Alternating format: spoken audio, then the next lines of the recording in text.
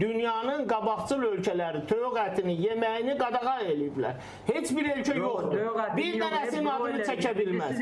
Heç birinin adını çəkə bilməz. Yəni insan bu boyda iddia eləyər və iddianın arxası əsassız olar. Bu şəkildə professor deyərmi? Bu şəkildə professor sözünün arxasında durmalıdır və deməlidir ki, filan dövlət eləyib bu qadağanı. Təhlükəli qida məhsulları siyasındadır. Hansı ölkədə? Bax, birinin adını çəkin. Bir çıxarda ortaya mənbə qoyun. Müəllim, bir mənbə qoyun ki, ortada filan ölkədə toyuq əti yemək qadağandır. Mənbə, təhlükəli qida məhsulu kimi hansı ölkədə deyilir? Siz professorsunuz, elmlər doktorusunuz. Siz bunu deyə bilməzsiniz axı. Siz onda oxumursunuzmu? Dünyada bir keçin oxuyun. Qida məhsulları siyasındadır. Harada? Hansı ölkədə? Məhsuldur.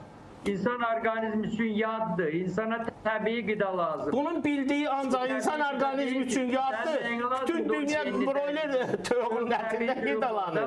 Və ortaya heç bir şey qoya... Müəllim, siz əsaslandırın danışın. Yaşar müəllim, indi sizin işiniz odur, ona görə onu da tərifləyirsiniz, düz edirsiniz. Müəllim, siz əsaslandırma verin. Əsaslandırma və sizin işiniz nədir? Sizin işiniz olmalıdır ki, həqiqəti çatır. Əhəd müəllim, sizin işiniz nədir? Təbii dulalları sırada... Əhəd müəllim, sizin işiniz nədir? Mən sual verdim sizə. Sizin işiniz nədir? Mən bayaq da dedim ki, mən özüm Texnologiya Universitetində hal-hazırda qida mühəndisliyi və şərabçılıqla məşğulam. Məşğulsuz, gedin öz işinizlə bunu məşğul olun o zaman. Bu sahə sizlik deyil. Siz deyirsiniz ki, dünyanın sivil ölkələri toyuq əti yeməyə qadağa qoyur. Mümkündür? Varmı? Eyüp müəllim, siz xaricdə çox olmuşsunuz. Beynəlxalq istehlakçılar cəmiyyəti ilə də işləyirsiniz. Doğrudan belə bir şey varmı, hardasa qadağan olunsun? Mən rast olmamışam ona.